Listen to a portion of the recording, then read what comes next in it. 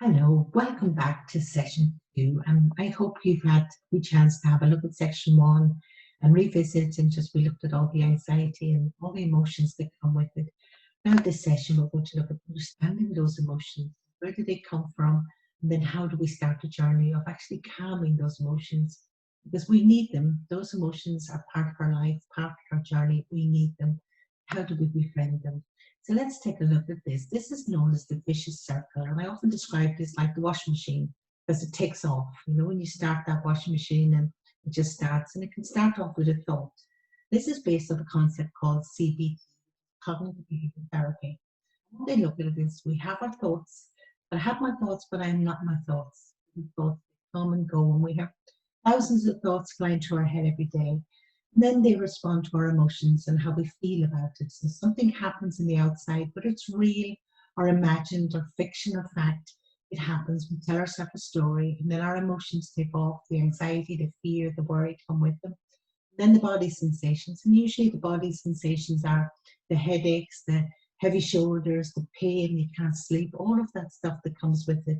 And for children, you might hear them say, I have sore tummies or I feel sick. It is important that if a child is experiencing any body sensations, any physical problems at all, it is important to get it checked out. Never just assume it's part of their anxiety, because if you get it checked out, it may actually help to reduce some of the anxiety when we validate maybe this is what's happening. And then the behavior is what I do and what I stop doing and what I avoid doing. I'm going to give you a little example of this, maybe for Emily's part. Imagine Emily is having all these thoughts at the moment about going back to school. Her thought is that she's lost contact with her friend and her friend hasn't been in contact with her. Emily may be thinking, my friend doesn't like me anymore, or she may be thinking, getting the thought even stronger, her friends won't like me when I go back to school. Or it may go to the stage, I won't have any friends when I go back to school. I'm going to be on my own. So you see that big heavy thought. And what often children will do is they'll validate the story and they'll believe the story. And then it becomes very, very real. If you look at the concepts of then the emotions that come with that, and the emotions can be sadness, fear, anger. It can be all of those big heavy emotions that we talked about in session one. Then the body sensations, where your child may start to tell you about the headaches. I don't want to go to school next week because I feel sick or I'm sore or I have the virus. They may come out with all sorts of physical sensations. Sometimes it's more easy to talk about the sore head than the how feeling.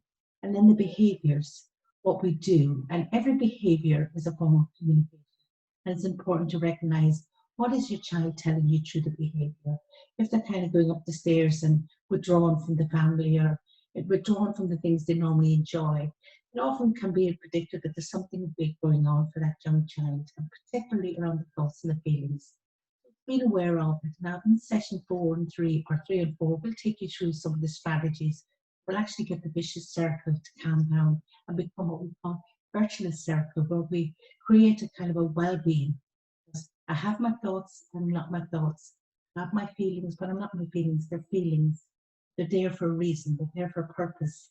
So if we can look at that with a child and help them to understand that and unravel it, it can actually help them to feel better and deal with these big, strong emotions that they may be experiencing. Another simple way to look at is what we call the upstairs downstairs brain. Now, I'm not going to go into this in detail because I have a lovely little video clip that children will tell you, because I think sometimes we assume our children don't know. Children are a great way of explaining things to us that sometimes as adults if we could listen to them. They'll be telling you about the upstairs downstairs brain, and they'll be telling you about the different elements of our brain and how it works. But for us, if we could just kind of grasp the concept that you imagine you have the downstairs brain here and you have the upstairs brain. And the downstairs brain is our survival brain. It's the brain that has probably got us through an awful lot of the last couple of months. The fight, flight, or freeze, when you heard that news, school was going to close, you nearly froze, or you fight, we hide, we withdraw, and or we freeze. Any bit of danger that comes along, this is often a response. We need it. We need that response. We need to be aware of it has purpose. It also does a lot of automatic things like breathing, blinking your eyes, all of that comes from the downstairs brain. Upstairs brain is the frontal cortex, it's up here, which is the logic brain. And up here we do a lot of the thinking. And as we get older, that becomes more mature, and you can see maybe adults or older people will actually have a logic brain, think of things differently, and they respond instead of reacting. If we can encourage children to start exploring what's happening in the upstairs brain, we'll look at some strategies how you can get your child from the downstairs brain to the upstairs brain. But one practical thing that you can do when you notice your child coming from the downstairs brain, try and get the downstairs brain to befriend the upstairs brain. The downstairs brain is like the barking dog, and the upstairs brain is like the wise old owl.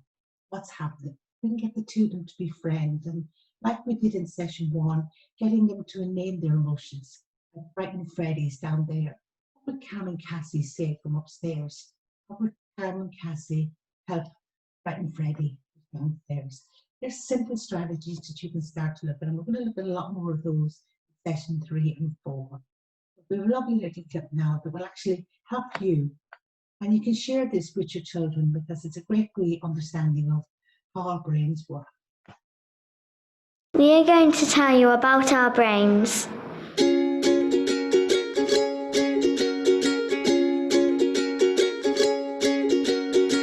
Our brain has 3 parts. The front bit is called the prefrontal cortex. It helps us to think, analyse, be reasonable, rational, and reflect on stuff. Some people call this the upstairs brain. This middle bit is called the limbic brain. It looks after our emotions, memory, and relationships. This back bit is the most primitive brain. It makes sure we breathe, poo and wee, and helps our heartbeat, and has the threat response inside it. Some people call that the downstairs brain. When we get frightened, our brain stem acts and makes us flight, fight, or freeze.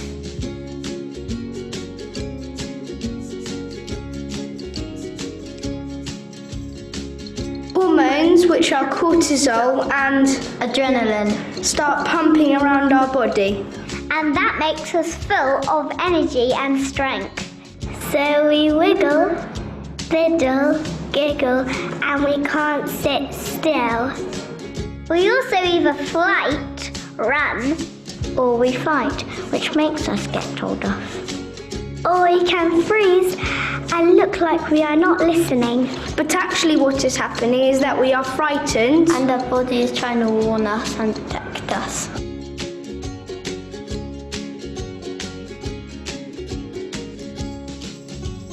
That's the bit that means we can think, reflect and be reasonable. And the bit that helps us talk. So that's why when we feel frightened, sometimes grown-ups think we are being naughty.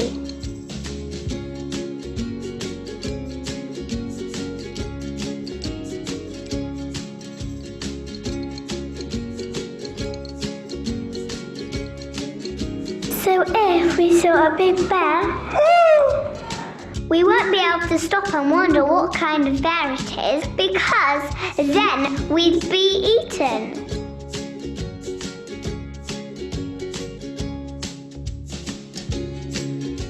All our behaviour is actually communication.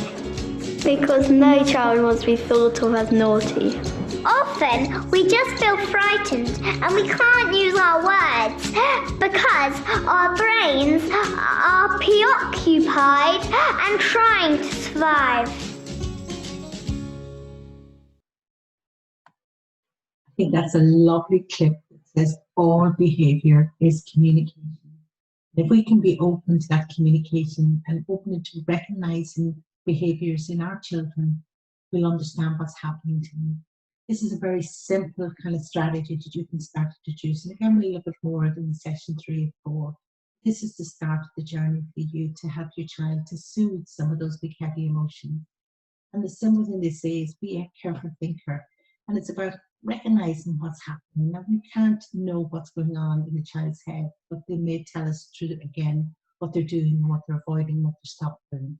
So the start of it is to encourage your child to slow down, just to slow down what's happening. And at that moment of time, and doing it together is just so important. because there's no point in telling a child that's really anxious, slow down.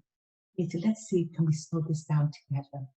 The other thing we can look at doing is just stop what we're doing at this moment of time, and redirect. Is there something else we could do that's actually more enjoyable at the moment? Because distraction can be a great way to help soothe the emotion. Then we can go back to it when we're ready, because what you're doing is you're taking from the downstairs brain to the upstairs brain.